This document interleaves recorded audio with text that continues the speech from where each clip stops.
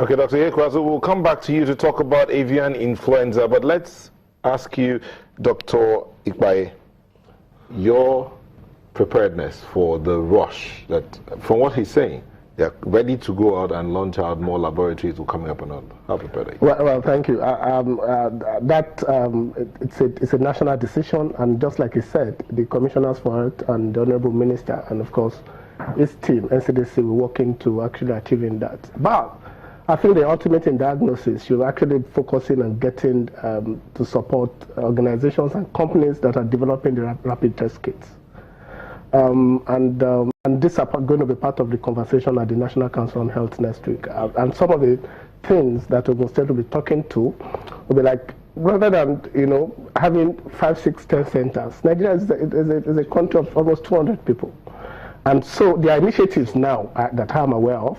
There are people in country, there are laboratories globally that are actually developing test kits that could do a rapid testing of Lassa, so that even in our homes, in a small clinics, you don't because the current methodology is a complex one. We're using the PCR, the polymerase chain reaction, and you need a whole lot of expertise that you cannot get everywhere in Nigeria.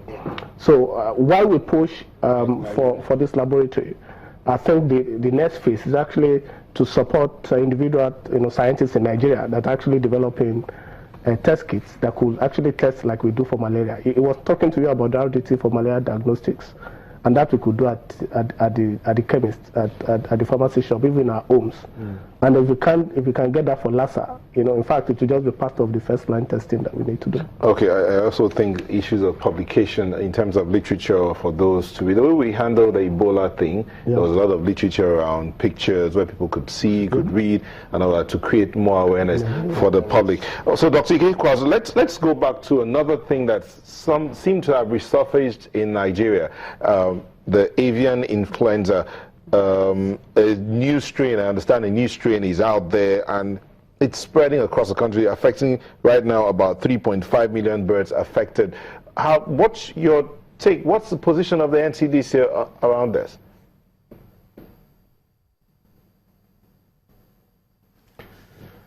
Yeah, so at the moment, this is a new strain. The National Institute for Veterinary Research in VOM and our colleagues in the Ministry of Agriculture are the primary government organization responsible to respond to this. However, the threat for human health is if one of those strains now gets into humans and causes onward transmission in humans. Now, there hasn't been any evidence of this so far, and the primary control measure is to control the disease in birds. So our colleagues are working hard to identify flocks of birds, chickens, where this is happening, and call them. Calling is the technical term for killing the animals where this new strain is.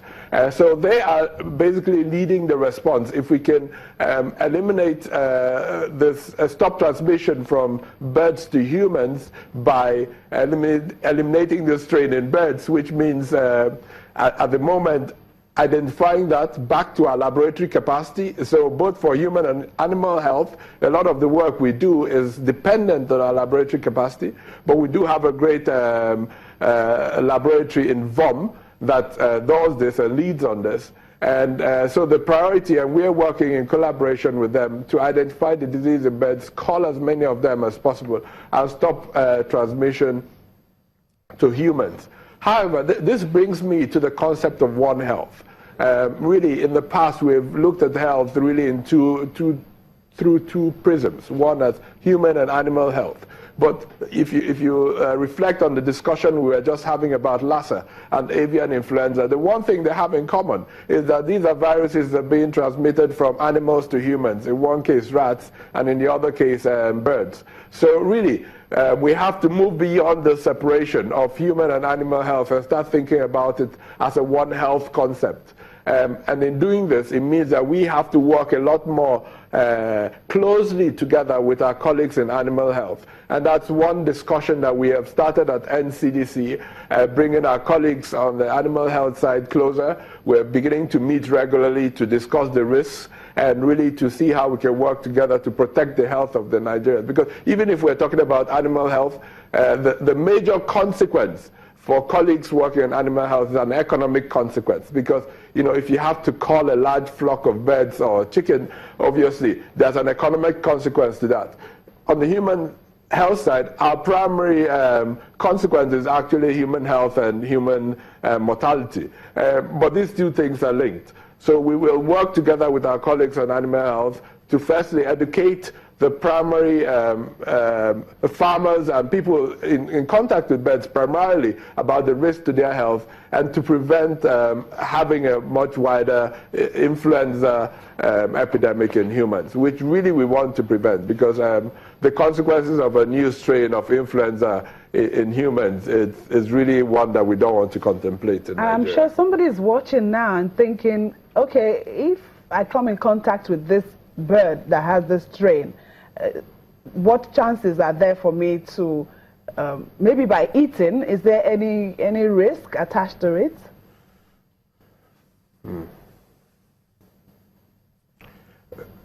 So at the moment, no. The key thing really is, if you're a farmer and you notice that a large number of your chicken or whatever other bird you're rearing, you're noticing they're dying or they're getting increasingly ill, and most chicken farmers know when this happens. Don't just think it's something else, especially when it's out of proportion with what you normally see.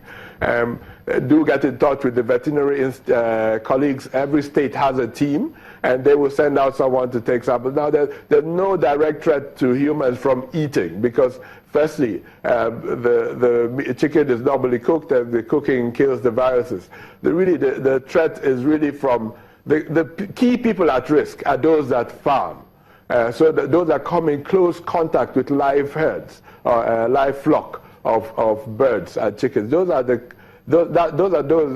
are primarily at risk of transmission, and when it gets into them, the fear is then transmission from person to person. Influenza, just like common flu, it's just a different strain, can get then transmitted from person to person. It's a respiratory tract infection, just like all the other influenzas, and that's really what we want to prevent. But there's no risk to humans from eating cooked, boiled, fried chicken on their dinner tables. Okay, talking about cooked, boiled, fried, Dr. Ashimbi, let's look at the two of them, Lassa and avian influenza now. When you were talking, you talked about cooking. So let's tie that in with boiling. Would cooking and boiling help to kill some of these viruses that affect in both cases? Yes, they cannot survive the type of cooking that we do in this part of the world. But nowadays we're adopting some funny cultures of having parboiled or half-boiled. Just hold your thoughts. We'll come back. You look at that issue of half-boiled or parboiled. We'll be back. Don't go away.